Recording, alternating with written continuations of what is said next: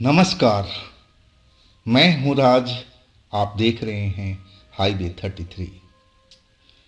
दोस्तों, अगर आपके पास भी कोई घटना या कोई स्टोरी है तो आप मुझे इंस्टाग्राम पर या मेरे व्हाट्सएप नंबर पर भेज सकते हैं। और आपको मेरी कहानी दोस्तों पसंद आती है तो लाइक करना ना भूलिएगा। और अगर आपने अभी तक सब्सक्राइब नहीं किया इस चैनल को तो प्लीज़ सब्सक्राइब कर लीजिएगा। और हाँ, आप हमें सुपर थैंक्स भी बोल सकते हैं जिससे मेरी हौसला अफजाई हो सके। तो शुरू करते हैं आज की कहानी। हरियाणा 2012। दोस्तों, मेरा नाम सुनील है। ये घटना मेरे एक दोस्त के साथ घटी थी और उस घटना में मैं भी शामिल था एक तरह से। मेरे उस दोस्त का नाम था अजय और हम दोनों एक ही कंपनी में काम करते थे और एक ही साथ रूम में रहते थे शेयर करके। लेकिन कुछ सालों के बाद अजय की शादी हो गई थी और वो अपनी पत्नी को गांव से लेकर के आए थे और तब मुझे अजय के साथ छोड़ना पड़ा था। मुझे कहीं अलग जाकर के कमरा लेना पड़ा था। अब अजय की जो पत्नी थी बहुत ही खूबसूरत और दोनों लोग एक दूसरे को बहुत चाहते थे, बहुत प्यार करते थे। और सबसे सुंदर जब लगती थी अजय की पत्नी, जिसे मैं अपनी भाभी कहा करता था, तो जब वो साड़ी पहनती थी और खुले बाल उसके बड़े लंबे लंबे थे। जब वो साड़ी पहनती थी तो लोग बाग देखते ही रह जाते थे। खैर, ये तो हो गया उनका परिचय। अब मेरी जो शादी का बातचीत चल रहा था, मैं कुछ ही दिनों में मैं भी शादी करने वाला था। मैं अपने गांव जाने वाला था। रिश्ता मेरा लगभग पक्का ही हो गया था। लेकिन ऑफिस में बहुत तेजी से काम चल रहा था। छुट्टी मिलना मुश्किल था।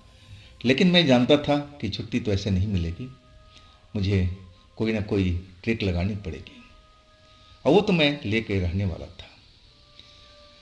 अब शादी का तो मौसम चल रहा था और हमारे ऑफिस में एक मेरे दूसरे दोस्त का भी शादी हरियाणा में ही हो रही थी और उसने हम सभी को, जितने ऑफिस के लोग थे, सबको निमंत्रण दिया था। अब हम लोग खुशी खुशी उस शादी में जाने को तैयार हो गए थे।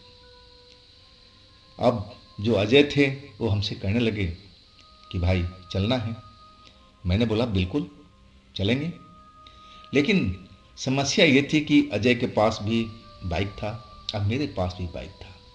अगर कार होता तो हम लोग एक ही साथ में जाते, लेकिन ऐसा संभव नहीं हो पा रहा था और आखिरकार हम अपने अपने बाइक पर चल पड़े थे। अब अजय के साथ में उनकी पत्नी भी थी, यानी मेरी भाभी भी थी। अब हम उस पार्टी में शरीक हो गए थे। उसमें ऑफिस के कम से कम से लोग, जितने लोग थे, कुछ को छोड़ करके अब बाकी तो आ ही गए थे। बहुत बड़ा फंक्शन हो रहा था वहाँ पर और सब लोग अपना अपना एंजॉयमेंट कर रहे थे। अब रात के करीब 1 बजे अजय आकर के मेरे कान में बोलने लगा कि सुनील भाई, अब हम लोग क्यों ना घर चलें। तेरी भाभी थक गई है, वो सोना चाहती है। मैं बोला ठीक है भाई, तो इसमें कौन सी बड़ी बात है, हम उनको बता देते हैं कि भाई हम लोग अब जा रहे हैं। अब वैसे ही हमारा काम ही क्या था यहाँ पर, बाकी तो उनका पर्सनल काम था। हम लोग तो खाना पीना आनंद सब कुछ ले चुके थे, नाच गाना भी कर चुके थे। तब बचा तो था नहीं हमारे लायक कुछ काम। अब मैं बोला कि जब चलते हैं। और हम आखिरकार उन जो मेहमान थे, मेजबान थे, बोल करके और सबसे विदा लेकर के हम तीनों लोग पार्किंग में आ गए थे और अपनी अपनी बाइक पर बैठ गए। अब भाभी तो उस दिन बहुत ही सुंदर लग रही थी, गजब की सुंदर। लाल गोटे वाली साड़ी पहन रखी थी, खुले हुए बाल लहरा रहे थे, एक अप्सरा की तरह चमक रही थी।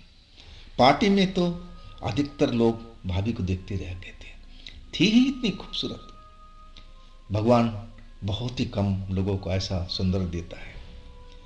तो भाभी तब मुझे नाजी था और इसके बाद हम दोनों अपनी अपनी बाइक लेकर के चल पड़े थे। अब मैं और अजय, रोड खुला हुआ था। अब एक तरह से हम दोनों रेस लगाने लगे थे, बाइक का खुला हुआ रोड। अब कभी आगे अजय निकल जाते, कभी मैं निकल जाता। अब मैं कुछ आगे ही निकल गया था अजय से। अब पीछे जब मुड़ करके देखा तो अजय की बाइक मुझे नज़र नहीं आ रही थी। तो मैं साइड में अपना बाइक रोक करके खड़ा हो गया, अजय का इंतज़ार करने लगा। 5 मिनट हुआ, 10 मिनट हुआ, आधा घंटा हो गया। जब मेरे दोस्त की बाइक नज़र नहीं आई, मुझे चिंता होने लगी थी कि आखिर अजय कहाँ रह गए। बाइक अभी तक उनकी नज़र नहीं आ रही। मन में तरह तरह के शंकाएं घर करने लगी थी। अब कुछ पल तो मैं ज़रूर वहाँ पर खड़ा रहा, लेकिन मैं सोच लिया कि मुझे अब क्या करना है। अब मैं अपनी बाइक को अब मोड़ लिया और चल पड़ा उल्टी साइड में। मैं देखते हुए आगे की तरफ बढ़ता जा रहा था। पूरा रोड मुझे खाली खाली दिख रहा था। अब आधी रात से ऊपर का वक्त था, रोड पर तो ट्रैफिक थी नहीं, और भी ग्रामीण साइड का रोड बिल्कुल खाली खाली सुनापन। अब कुछ खेतों से कुछ जानवरों की आवाज़ जरूर मुझे सुनाई दे रही थी और डरावना तो लग रहा था। रात का टाइम, सन्नाटा, खुली सड़कें, आसपास में कोई बस्ती नहीं, तो मेरा दिल तो थोड़ा डर जरूर रहा था। लेकिन मैं अपने दोस्त को ढूंढता हुआ पीछे की तरफ लौट रहा था और मैं काफ़ी दूर तक आ गया था, लेकिन मेरा दोस्त की बाइक नजर ही नहीं आ रही थी कि कहाँ चली गई। कुछ समझ में नहीं आ रहा था और मैं तो एक तरह से परेशान सा हो गया था कि आखिर वो लोग पीछे कहाँ रह गए। अब मैं एक चौराहे पर आकर के खड़ा हो गया था। अब मैं पीछे भी देख रहा था, आगे भी देख रहा था, दाएं भी देख रहा था, बाएं भी देख रहा था, लेकिन मेरे दोस्त की बाइक अजय भाई साहब का दिखाई नहीं दे रहा था। अब मैं तो थोड़ा एकदम नर्वस सा हो गया था कि कहीं ये लोग रास्ता तो नहीं भटक गए। मैं जिस चौराहे पर खड़ा था, कहीं गलती से ये दाएं बाएं तो रास्ता नहीं ले लिए। मुझे मन में यही अंदेशा आ रहा था और मैं कुछ देर वहां पर इंतजार करता रहा कि आखिर अगर रास्ता भटके होंगे तो आएंगे तो इसी चौराहे पर ना, चाहे बाएं गए हों या फिर दाएं गए हों, लौटना तो पड़ेगा। कुछ दूर जाने के बाद उनको खुद महसूस हो जाएगा कि हम जिस रास्ते पर जा रहे हैं वो रास्ता गलत है, तो जरूर लौटेंगे। लेकिन ऐसा नहीं हो रहा था। 10-15 मिनट तो वहां पर मैंने अपना टाइम खराब कर लिया था। अब समझ में नहीं आ रहा था कि मैं किधर जाऊं अजय को ढूंढने के लिए, अजय भाई साहब को। बाएं जाऊं, दाएं जाऊं, और आखिरकार मैंने फैसला कर लिया, चलते हैं बाएं साइड में। पहले बाएं साइड में जाते हैं, अगर उधर नहीं मिलेंगे तो फिर मैं दाहिनी साइड वाला रोड पर जाऊंगा। बाएं साइड चल दिया था।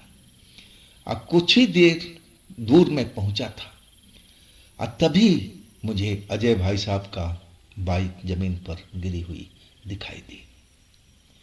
अब बाइक तो दिख गई, लेकिन ना तो अजय भाई साहब दिखाई दे रहे थे और ना उनकी पत्नी यानी मेरी भाभी। तो मेरा दिल तो कांप गया था, कहीं कुछ गड़बड़ तो नहीं हो गया दोनों के साथ में।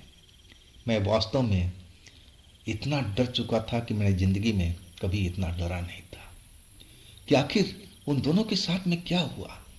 अगर एक्सीडेंट भी हुआ होता तो दोनों तो दिखाई देते इसी रोड पर, लेकिन बाइक मुझे गिरी हुई जरूर नजर आ रही थी, लेकिन दोनों में से कोई लोग मुझे नजर नहीं आ रहे थे। अब मैं खड़ा खड़ा सोच रहा था कि मैं क्या करूं क्या करूं, लेकिन दिमाग तो काम ही नहीं कर रहा था। उस वक्त में ऐसा लग रहा था कि मैं जोर जोर से चिल्लाऊं, आवाज़ दूं अजय भाई साहब को। और वही वही चीज़ मैंने करना शुरू कर दिया था। मैं आवाज़ लगाने लगा था, अजय भाई कहाँ हो आप, भाभी भाभी आप कहाँ हो। लेकिन कोई भी जवाब मुझे वापस नहीं मिल रहा था। मैं एकदम डर गया था कि इन दोनों के साथ में कुछ गुंडागर्दी तो नहीं हो गई।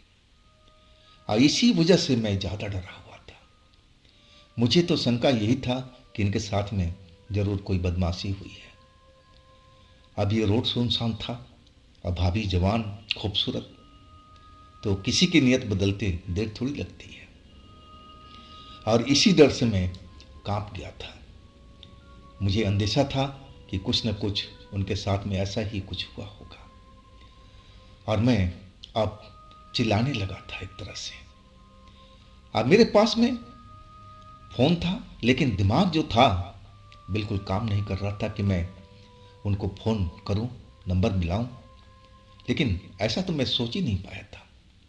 मैं इतना होपलेस हो गया था। और दोनों साइड में जो रोड था, जंगली झाड़ियाँ दिखाई दे रही थी। और जितना दूर नज़र आ रहा था, बस जंगल झर ऐसा ही कुछ नज़र आ रहा था। और तभी भाभी की घुटी घुटी सी चीख मुझे सुनाई दी। और जैसे ही चीख सुनाई दी, मेरा कान वो जो चीख सुना तो मैं उसी तरफ में दौड़ गया था। मैं अंदर झाड़ियों में घुसता चला रहा था। चांदनी रात थी, प्रकाश हर तरफ फैला हुआ था, रोशनी हर तरफ फैली हुई थी चांद की। तो जिधर से आवाज़ आ रही थी भाभी की घुटी घुटी सी चीख, हाँ मैं उसी साइड में जा करके पहुंच गया। अब वहां गया ना तो मैं क्या देख रहा हूं कि अजय भाई एक झाड़ी के पास में गिरे पड़े हैं और भाभी भी जमीन पर गिरी हुई है। और उनके पास में एक कम से कम 9 फीट का लंबा सफेद कपड़ों में एक आदमी जैसा दिखाई दे रहा था। और कभी वो साफ साफ नजर आ रहा था और कभी कभी लगता था जैसे किसी का परछाई हो। अब मुझे समझ में नहीं आ रहा था कि आखिर इतना लंबा इंसान और ये धुंधला धुंधला क्यों दिखाई दे रहा है कोई। ये है कौन। वो मेरी भाभी के पास खड़ा था। भाभी होश में थी और उनके गले से चीख निकल रही थी, घुटी घुटी सी डरी हुई थी। ना जाने कौन वो था, 9 फीट जैसा इंसान लंबा। मैंने तो इतना लंबा आदमी कभी देखा भी नहीं था। बड़े बड़े से बाल, लंबाई काफ़ी ही थी और शरीर भी हष्ट पुष्ट नजर आ रहा था। लेकिन कुछ देर के बाद में वो झिलमिल झिलमिल सा करने लगता था, जैसे कोई वो परछाई हो किसी का। अब मैं जब देखा ही तो मैं भाभी को आवाज लगाने, भाभी भाभी क्या हुआ आप लोग के साथ में, अजय भाई को क्या हुआ। और तब तक वो जो 9 फीट वाला इंसान था वो मेरी तरफ मुड़ करके देखा। जैसे ही मुड़ करके देखा तो मेरी तो हालत खराब हो गई थी।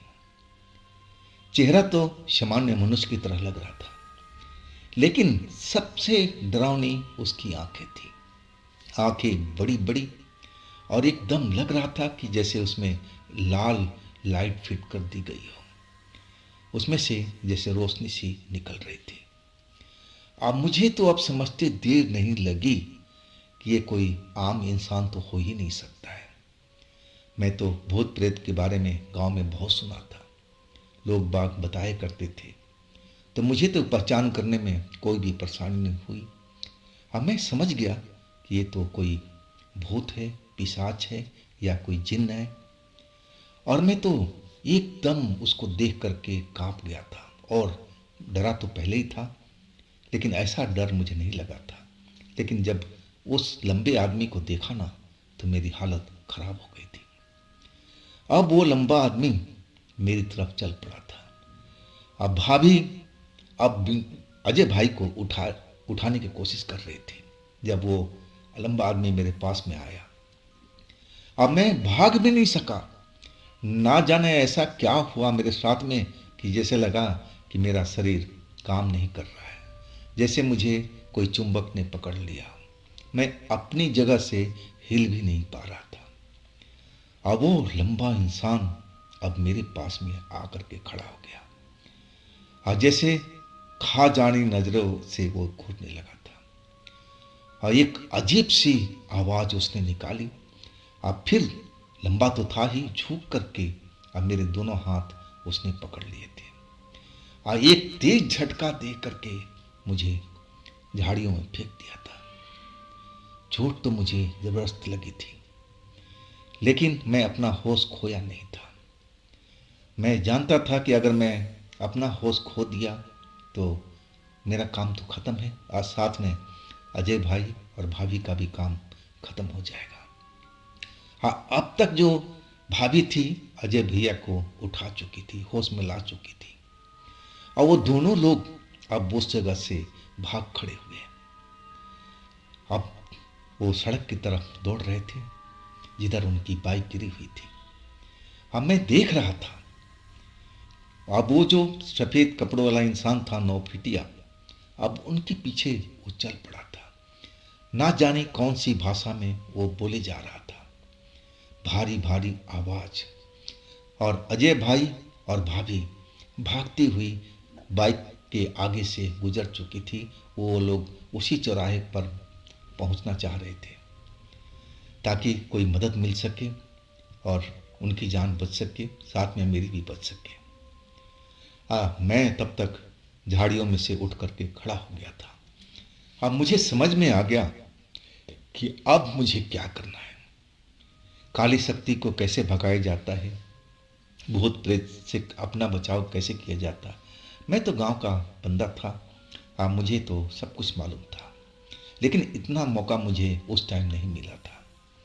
अब फिर मैंने हनुमान चालीसा पढ़ना शुरू कर दिया, बजरंग बली का गुहार करके कि बजरंग बली बस आप ही हो कि हम दो तीनों की रक्षा कर सकते हो। और फिर हनुमान चालीसा जोर जोर से पढ़ना शुरू कर दिया। अब मैं उनके साइड अब चलता जा रहा था, आगे आगे अजय भाई, उनकी पत्नी यानी मेरी भाभी, अब बीच में वो लंबा इंसान जो उनको पीछा कर रहा था और उसके पीछे मैं हनुमान चालीसा पढ़ता हुआ और मैं आगे की तरफ बढ़ता जा रहा था। अब वो लोग उस बाइक से आगे निकल चुके थे, मेरी भी बाइक जो रोड पर खड़ी थी वो भी पार कर चुके थे। डर ऐसा ही था, वो चाहते तो मेरी बाइक को लेकर भाग सकते थे, चाबी उसी में लगी हुई थी, लेकिन वही है ना, दिमाग काम नहीं करता है। और वो हमारी बाइक के आसपास से निकल चुके थे आगे की ओर में। और जब मैं हनुमान चालीसा रोज जोर जोर से पढ़ना शुरू किया ना, तो वो सफ़ेद कपड़ों वाला इंसान अब खड़ा हो गया था। अब पलट करके मेरी साइड में देखना शुरू किया, जैसे वो मुझे जिंदा ही खा जाएगा। अब मैं अपना हिम्मत हौसला एकदम तेज किए हुए था। मुझे पता था कि मेरी हनुमान जी, मेरे बजरंग बली मेरी रक्षा जरूर करेंगे, और मेरे अजय भाई को भी और मेरी भाभी को भी। मन में एक विश्वास था बजरंग बली के ऊपर में, और उसी विश्वास के सहारे मैं आगे बढ़ता जा रहा था कि जो होगा अब तो बजरंग बली ही देखेंगे।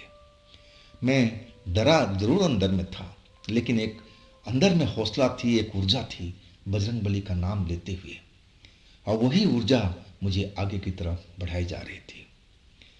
अब मैं उस सफ़ेद कपड़ों वाला इंसान के बिल्कुल करीब पहुंच गया था, हनुमान चालीसा पढ़ता हुआ। आज जैसे ही थोड़ा नज़दीक हुआ कि मैं उससे बच करके अपना अजय भाई के आगे में जाऊं, तब तक वो सफ़ेद कपड़ों वाला इंसान झाड़ियों की साइड में भागता हुआ चला गया। अब देखते ही देखते मेरी नज़रों से गायब हो चुका था। अब उसको भागता देख मेरी सांस में सांस आई। मैं अब अजय भाई को आवाज़ लगाया कि अजय भाई आगे मत भागो, आप जल्दी आ जाओ, बाइक उठाओ और यहाँ से हम लोग चलते हैं। और इसके बीच में भी हनुमान चालीसा में पढ़ते जा रहा था ताकि वो लौट के ना आए। अब हनुमान चालीसा में तो इतनी शक्ति तो मुझे उसी दिन पता चला था। और मेरे बार बार बुलाने पर वो लोग रुक गए थे। उन्होंने पलट करके देखा और जब उनको लगा कि हाँ मैं सुरक्षित हूँ और वो सफ़ेद कपड़ों वाला इंसान अब नहीं है, तब वो लोग लौटे थे। इसके बाद हमने बाइक उठाई थी जो गिरी हुई थी, चालू हालत में थी, और उसके बाद कुछ ही देर मेहनत ज़रूर लगा था बाइक को स्टार्ट करने में, लेकिन बाइक स्टार्ट हो गई थी। और इसके बाद हम लोग उस जगह पर रुके नहीं थे, हम अपने घर की तरफ वापस आ गए थे। अब संतोष था कि चलो हम तीनों की जान बच गई। चोट तो मुझे भी लगी थी और अजय भाई को भी लगी थी, भाभी को भी लगी थी। अब तो छोटा मोटा चोट का परवाह किसे था, जान तो सभी की बच गई थी। और इसके बाद अजय भैया जो मेरी भाभी अपने कमरे में चले गई और मैं अपने घर की तरफ जो वहाँ से कुछ दूरी पर था। अब घर पर जाने के बाद अब थकान तो थी ही, डर भी था। कुछ देर तो जरूर जागता रहा था, लेकिन अब मुझे गहरी नींद आ गई थी। और जब सुबह नींद खुली ना, तो दिन का उजाला निकल चुका था, 9 बज चुका था सुबह का। अब फिर मैंने अजय भाई को फ़ोन किया। अब अजय भाई फ़ोन उठाए और उनकी आवाज़ सुन के दिल में शांति सी हुई थी, चलो सब कुछ अब तक ठीक है। अब चोट की वजह से ना तो मैं ऑफिस जा पाया ना अजय भाई। हम 2 दिन के लिए अपने घर में रुक गए थे। इसके बाद ऑफिस हमने जाना शुरू कर दिया था। 1 हफ्ता गुजर गया था, कुछ भी नहीं हुआ था। इसके बाद में बिल्कुल आराम से हफ्ता दिन कब गुजर गया पता भी नहीं चला। और एक दिन रात को करीब 1 बज रहा था और मैं गहरी नींद में था और तभी अजय भाई का फोन आया। फोन से ही मेरी घंटी से जो नींद थी खुली थी। अब मैं देखा कि तो अजय भाई है और टाइम देख रहा हूँ तो रात के 1 बज रहा है। मेरा दिल धड़कने लगा कि क्या कोई बात होगी अजय भाई के साथ में। मैं कांपते हाथों से फोन उठाया और उधर अजय भाई घबराए हुए थे। वो कहने लगे, सुनील जितना जल्दी हो सकता है मेरे घर पर आ जा। डरे हुए थे। अब मैं पूछने लगा कि भैया हुआ क्या, बात तो बताओ। और वो डरे हुए दिखाई दे रहे थे। तब वो कहने लगे कि वो इंसान जो सफ़ेद कपड़ों में था और जो हम लोगों को दिखाई दिया था, वो अब मेरे कमरे के अंदर में नजर आ रहा है। अब तो जैसे मेरी हालत खराब हो गई थी। कई पल तो मेरे मुंह से आवाज़ भी नहीं निकली थी डर के कारण कि ये यहाँ तक पहुँच गया। मैं कुछ बोल ही नहीं पा रहा था कि ऐसे वक्त में क्या किया जा सकता है। और तब मैंने कहा कि अजय भाई हनुमान चालीसा पढ़ना शुरू करो। और भाभी का क्या हाल है। अब अजय भाई कहने लगे, वो तो भाभी को घेर कर रखा हुआ है। मुझे समझते देर नहीं लगी कि वो कोई जिन्नात है, जिन है। आज शायद भाभी के सौंदर्य से मोहित हो चुका है, भाभी को पाना चाहता है और तभी यहाँ तक पीछा करते करते वो आ चुका है। अब मैं बोला कि भाभी से बोलो कि हनुमान चालीसा का पाठ करें, आप भी पाठ करो, अब मैं भी आ रहा हूँ। इसके बाद फोन कट गया था। अब मेरे हाथ पैर तो कांप रहे थे, सही मायने में इतना डर लग रहा था, लेकिन जाना तो था ही। बाइक निकाला और मैं अजय भाई के घर की तरफ चल पड़ा था। और कुछ ही देर में मैं उनके दरवाजे पर खड़ा था। अंदर से हनुमान चालीसा का आवाज़ मुझे सुनाई दे रहा था। अजय भाई के मुंह से भी निकल रहा था, भाभी भी हनुमान चालीसा पढ़ रही थी। और तब मैंने दरवाज़ा खटखटाया, अजय भैया दरवाज़ा खोलो, मैं आ गया हूँ। और कुछ ही देर के बाद में दरवाज़ा खुल गया। देखा तो पूरा उनका घर जैसे अस्त व्यस्त पड़ा हुआ है। उनका जो बेड था सारा कुछ इधर से उधर बिखरा पड़ा है, चादर कहीं और, तकिया कहीं ज़मीन पर पड़ा हुआ है। और जो भी सामान उस घर में रखा था सब इधर उधर जिसे खिंडा हुआ है। अब मुझे तो समझ में आ गई थी कि ये आसानी से जो जिन है जो भाभी पर मोहित हो गया है पीछा नहीं छोड़ने वाला है। लेकिन जब उन्होंने हनुमान चालीसा का पाठ करना शुरू कर दिया था ना, तब वो जिन्नात उस जगह से गायब हो गया था। अब सारी रात हम तीनों लोग वहीं पर रहे थे। अब मैं कई दिनों से अजय भाई से मैं इस बारे में बात भी नहीं किया था। मैं पूछना भी चाहता था कि आखिर अजय भाई जब हम रेस लगा के निकल रहे थे तो आप बाएं वाली रोड पर क्यों मुड़ गए थे। वही रात था वो बताने लगे कि मैं तो गलती से उस रास्ते पर मुड़ लिया था। मुझे लगा कि यही हमारे घर की तरफ रास्ता जाता हूँ, लेकिन कुछ ही देर हम आगे बढ़े थे तो मुझे एहसास हो गया कि मैं तो गलत रास्ते पर हूँ। और जब तक मैं अपने बाइक को मोड़ता सामने में वही इंसान खड़ा दिखाई दिया, सफ़ेद कपड़ों वाला। और इतनी लंबाई थी उसकी कि देख करके हम दोनों डर गए थे। अब हम अपनी जान बचा करके बाइक से उतर करके और झाड़ियों की तरफ भागने लगे थे और आखिरकार हम दोनों गिर गए डर के कारण। और मैं तो बेहोशी हो गया था, तेरी भाभी का वही हालत था। और तब तक तेरी आवाज़ भाभी ने सुन ही लिया था। अब मैं तो जानता था कि हो न हो ये भाभी के वजह से ही जिन्नात पीछे पड़ा हुआ है, और कोई रीजन हो ही नहीं सकता है। अब सुबह तक मैं उसी कमरे में रहा, हम तीनों साथ में रहे। और तब मैंने बोला कि बात ऐसे नहीं बनेगी, मुझे आपको भाभी को किसी तांत्रिक के पास या किसी मंदिर में जाना पड़ेगा और उपाय वहीं से मिल सकता है। आखिरकार हम एक बजरंग बली के मंदिर में गए थे। सब एक एक बात पुजारी जी से बताया।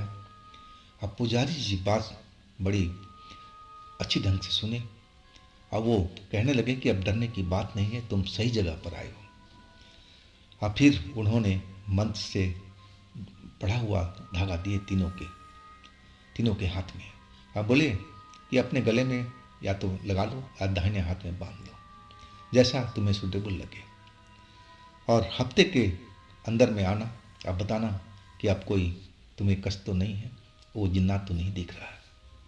अब मैं उम्मीद करता हूँ कि आज के बाद जिन्नात नज़र नहीं आएगा। हाँ, ऐसा भी हो सकता था कि तुम लोग देर करते ना तो आसानी से वो पीछा नहीं छोड़ने वाला था। अब पंडित जी भी बताने लगे जो मेरे मन में ख्याल चल रहा था। वो कहने लगे ये सब तुम्हारी पत्नी की वजह से ही हुआ है। पत्नी तुम्हारी उस रात में चमकीली चीज़ पहन रखी होगी। अजय भाई बोले हाँ। बाल खुले रखे होंगे। अजय भाई बोले हाँ। सेंट परफ्यूम का इस्तेमाल किया होगा। अजय भाई बोले हाँ। बस यही रीज़न है। और आज के बाद में आप लोग ध्यान रखना इस बात का, जब भी रात को निकलो तो इन चीज़ों से बच के रहना। कभी भी खुले केस नहीं रखना चाहिए। और रात के टाइम में कोई सुगंध, कोई स्प्रे, कोई सेंट लगा करके चलना ही नहीं चाहिए, खास करके औरतों को, लड़कियों को। इससे जो जिन्नात होते हैं ना, आकर्षित होते हैं। अब बात तो समझ में आ गई थी सभी को, लेकिन भगवान का, बजरंग बली का शुक्र था कि उसके बाद से अजय भाई के घर में वो जिन्नात नज़र नहीं आया। और तब जाके हम तीनों को चैन पड़ा था। तो दोस्तों, ये थी कहानी। अगर आपके पास भी ऐसी कोई घटना है तो आप मुझे ज़रूर इंस्टाग्राम पर या मेरे व्हाट्सएप नंबर पर शेयर कीजिएगा। और दोस्तों, ये भी चैनल आप ही का है, तो प्यार दीजिए ना इसको भी। लाइक कीजिए, सब्सक्राइब कीजिए, शेयर कीजिए। अगर आप सुपर थैंक्स कहना चाहते हैं तो भी कीजिएगा। और फिर मिलते हैं हम अगले रोज़ एक इसी तरह के घटना में। आप लोग अपना ख्याल रखिएगा। नमस्कार।